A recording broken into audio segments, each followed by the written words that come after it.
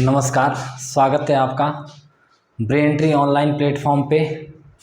एक बार फिर से मैं हूँ रवि चौहान और हम जिस बिंदु पे चर्चा कर रहे थे वही बिंदु आज हम करने वाले हैं। और वो बिंदु, उस बिंदु पे पहले भी हमने कक्षाएं की है और जिस उत्साह के साथ इस बिंदु पे दोस्तों हमने चर्चा की है, उसी उत्साह के साथ आगे भी हम इस बिंदु पे आज भी हम इस बिंदु पे बात करने वाले हैं। और इस बिंदु को आपने बहुत अच्छे से पढ़ना है ताकि आपको परीक्षा में जो आने वाली परीक्षा है, आने वाली परीक्षा में आपको दोबारा पढ़ने की जरूरत ना पड़े और उसी एनर्जी और उत्साह के साथ, उसी उत्साह के साथ और जज्बे के साथ आपने इस बिंदु को आज पढ़ना है ताकि हम इस विषय को, अगर इस विषय से कोई भी क्वेश्चन पूछा जाए, कोई भी प्रश्न अगर परीक्षा में पूछा जाए तो हमने क्या है, उस प्रश्न को हम गलत करके ना आए। ठीक है, तो सबसे पहले आ जाइए, एकार्थी शब्द हमारे चल रहे थे और इस बिंदु के साथ ये वाला जो बिंदु है हमारा आज के जो बिंदु के, इस बिंदु पे जो ये वाला जो बिंदु है, इस बिंदु के बाद ये वाला बिंदु हमारा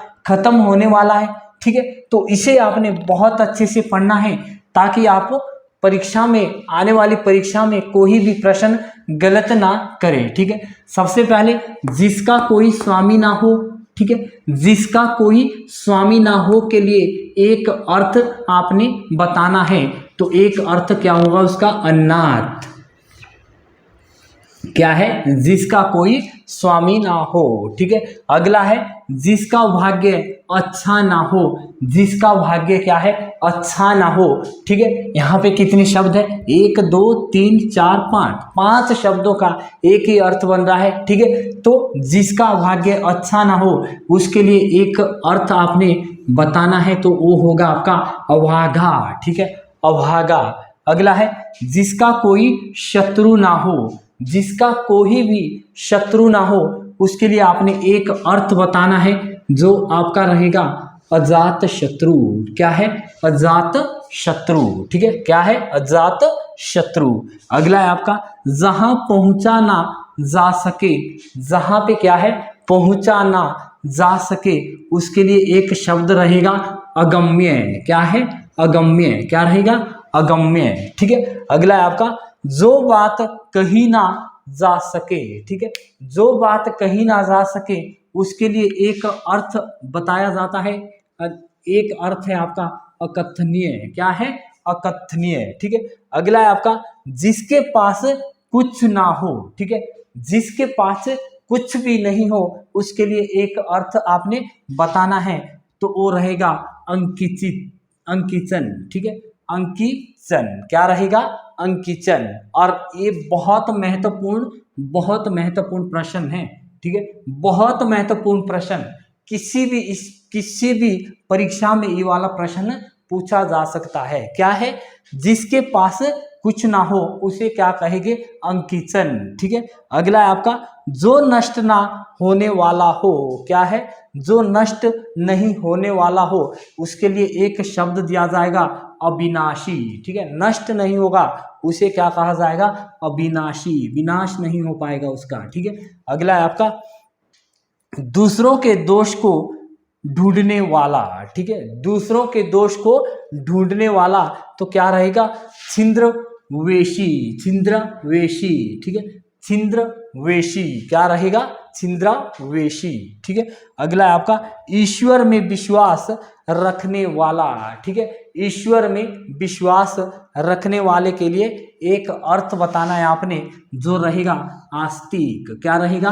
आस्तिक। ठीक है, अगला है आपका ईश्वर में विश्वास ना रखने वाला। ठीक है, जो ईश्वर में विश्वास नहीं रखता हो, गॉड में विश्वास नहीं रखता हो उसके लिए आपने एक अर्थ बताना है। ठीक है, उसके लिए एक अर्थ रहेगा नास्तिक। क्या रहेगा? नास्तिक। ठीक है, तो जिस उत्साह के साथ हम कक्षा कर रहे हैं उसी उत्साह के साथ आपने इसे जारी रखना है ताकि आप परीक्षा में आने वाले प्रश्न को गलत नहीं करोगे, गलत नहीं करें। आप ब्रेन ट्री इन्फोटेक आपके लिए एक बहुत नए नए बिंदु लेके आएगी ताकि आप क्या है, परीक्षा में गलतियां ना करें।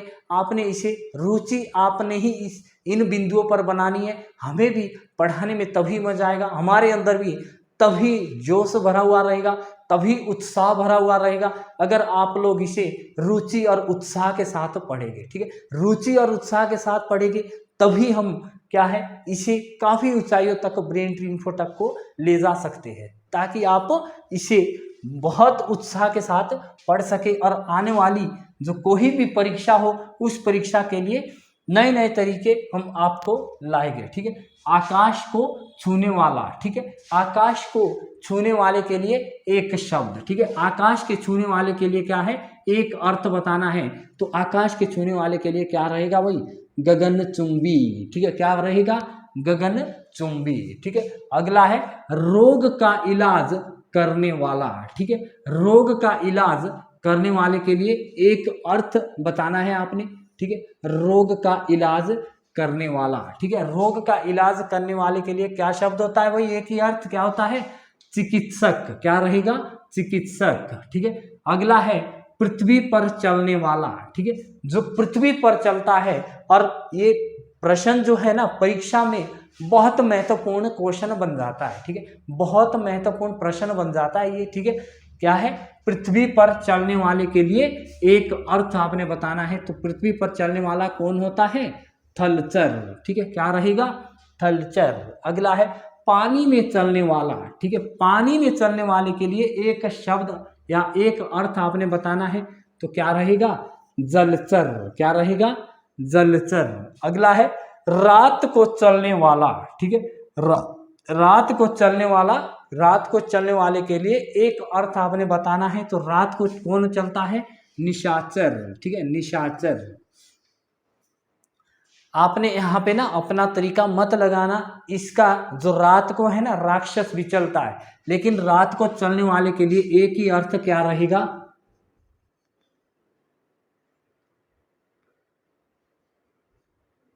ठीक है, राक्षस भी होता है। लेकिन आपने इतनी बात ध्यान में रखना, जहां पे अनेक शब्दों के लिए एक अर्थ पूछा जाएगा, निशाचर ही आएगा, रात को निशाचर ही चलते हैं। ठीक है, आगे आपका किसी वस्तु का बढ़ा चढ़ा कर वर्णन करना। ठीक है, किसी वस्तु का बढ़ा चढ़ा कर वर्णन करना, किसी वस्तु का क्या है, बढ़ा चढ़ा कर जहां पे वर्णन किया जाता है उसे क्या कहा जाएगा भाई, अतिशयोक्ति। अतिशयोक्ति, इसे हम जब अर्थालंकार पढ़ेंगे ना, अर्थ अलंकार पढ़ेंगे, ठीक है, उस समय हम इसको पढ़ेंगे, किसको, अतिशयोक्ति अलंकार को। ठीक है, इसमें एक पंक्ति भी दी जाती है अतिशयोक्ति अलंकार में। ठीक है, कि हनुमान की पूंछ में लगना पाई आग, हनुमान की पूंछ में लगना पाई आग, और लंका जलकर सारी हो गई राख। ठीक है, कि हनुमान की पूंछ में अभी आग भी नहीं लगी थी और तब तक लंका जलकर राख हो गई। कैसे राख हो गई, जब हनुमान की पूंछ में आग भी नहीं लगी थी। ठीक है, तो आपने ध्यान देना है, जहां पे बढ़ा चढ़ा कर कोई बात की जाती है उसके लिए आपने एक ही शब्द देना है। तो क्या रहेगा वो, अतिशयोक्ति। अतिशयोक्ति, हनुमान की पूंछ में लगना पाई आग और लंका नगरी जलकर सारी हो गई राख। ठीक है, तो उसमें क्या है, अतिशयोक्ति अलंकार भी रहेगा, और किसी वस्तु को बढ़ा चढ़ा कर या किसी बात को बढ़ा चढ़ा कर किए जाने वाली बात के लिए एक अर्थ या अनेक शब्दों का एक अर्थ बनाना है। तो क्या रहेगा भाई, अतिशयोक्ति रहता है। ठीक है, अगला है संध्या और रात्रि के बीच का समय। क्या है, संध्या और रात्रि।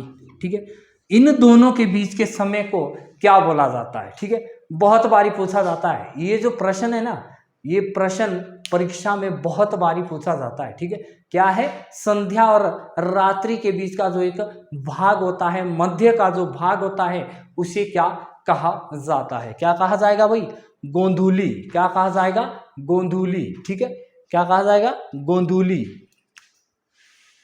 संध्या और रात्रि के बीच का भाग जो होता है, मध्य का जो भाग होता है। ठीक है, आगे है बहुत समय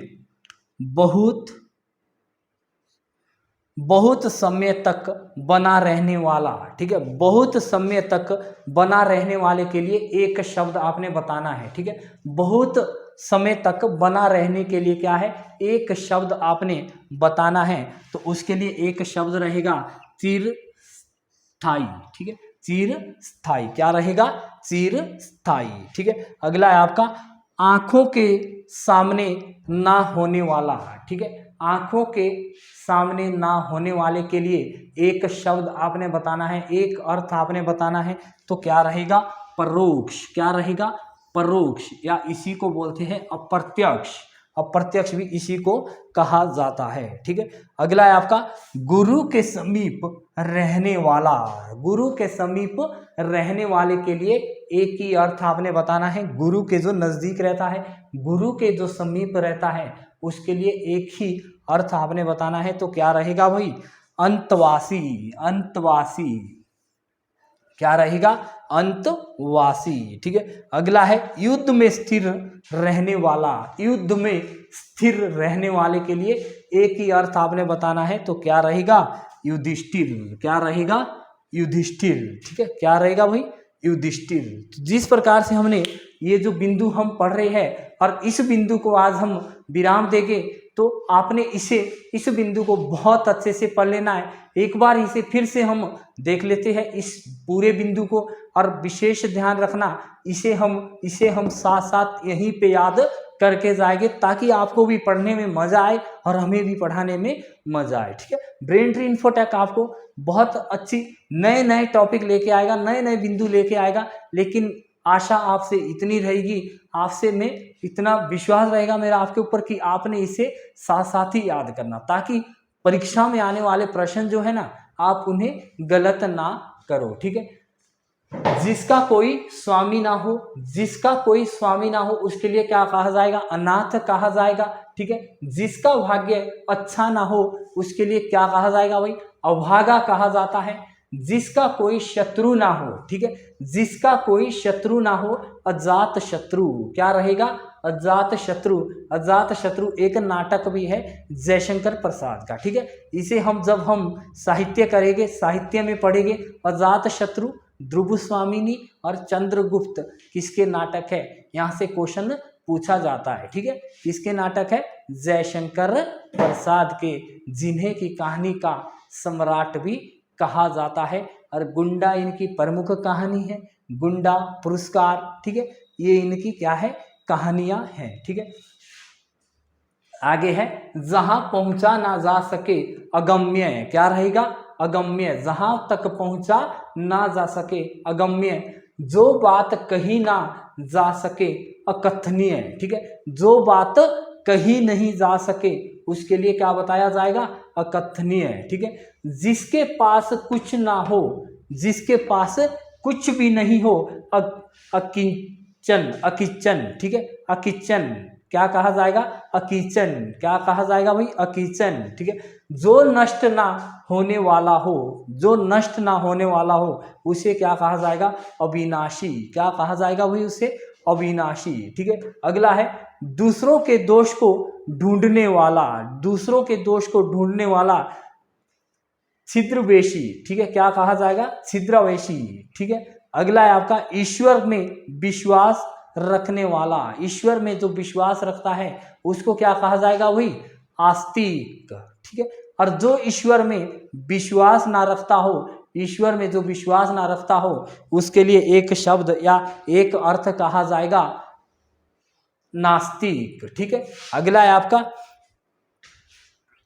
आकाश को छूने वाला। आकाश को छूने वाले के लिए क्या कहा जाएगा, गगनचुंबी, ठीक है। रोग का इलाज करने वाले के लिए क्या कहा जाएगा, चिकित्सक, ठीक है। पृथ्वी पर चलने वाले के लिए एक जो शब्द रहेगा, एक जो अर्थ रहेगा, वो रहेगा थलचर। पानी में चलने वाले के लिए एक शब्द क्या रहेगा, जलचर। रात को चलने वाले के लिए क्या बताया जाएगा भाई, निशाचर। और किसी वस्तु का बढ़ा चढ़ाकर वर्णन करना क्या रहेगा, अतिशयोक्ति, जो कि एक अलंकार भी है, ठीक है। आगे है संध्या और रात्रि के बीच का, संध्या और रात्रि के बीच का जो भाग होता है, बीच का जो समय होता है उसे क्या कहा जाएगा, गोंधुली। ठीक है। अगला है बहुत समय तक बना रहने वाला, क्या कहा जाएगा, चिरस्थाई। क्या कहा जाएगा, चिरस्थाई। ठीक है। अगला है आंखों के सामने ना होने वाला, परोक्ष या अप्रत्यक्ष भी इसे कहा जाता है। गुरु के समीप रहने वाला, अंतवासी। ठीक है। युद्ध में स्थिर रहने वाले के लिए एक शब्द, एक अर्थ क्या रहेगा भाई, युधिष्ठिर। ठीक है। तो जिस प्रकार से हमने एकार्थी शब्द पढ़े, इससे पहले हमने अनेकार्थी शब्द पढ़े थे, इससे पहले हमने पर्यायवाची पढ़े थे, इसी से पहले हमने विपरीत अर्थ पढ़े थे, विलोम शब्द जिसे हम कहते हैं। ठीक है। तो यहाँ तक की बात अर्थ के आधार पर, अर्थ के आधार पर जो हमने बताया था आपको कि अर्थ के आधार पर शब्द भेद हम पढ़ेंगे, तो यही आपके अर्थ के आधार पर 4 बिंदु शब्द भेद में आते हैं। ठीक है। पर्यायवाची, अनेकार्थी, ठीक है, एकार्थी और उसके बाद विलोम शब्द जिसे हम विपरीत शब्द भी कहते हैं। ठीक है। तो जिस उत्साह के साथ हमने इसे पढ़ा, मुझे आप लोगों से पूर्ण विश्वास है कि आपने इसे बहुत अच्छे से पढ़ा होगा और आने वाली परीक्षा के लिए बिल्कुल आप तैयार हो गए हैं। ठीक है। तैयार हो गए हैं कि आपको कहीं से भी क्वेश्चन पूछा जाएगा तो आप उसमें गलती नहीं करोगे, खामी नहीं छोड़ोगे। ठीक है। तो आज हमारा जो आप शब्द विचार थे, शब्द विचार का जो बिंदु था वो दोस्तों सारा खत्म हो चुका है। अब हम इसके बाद अगला जो बिंदु है, अगला बिंदु शुरू करेंगे जो हमारा मुहावरे के ऊपर और लोकोक्तियों के ऊपर रहेगा। ठीक है। तब तक के लिए आप सभी मित्रों को धन्यवाद।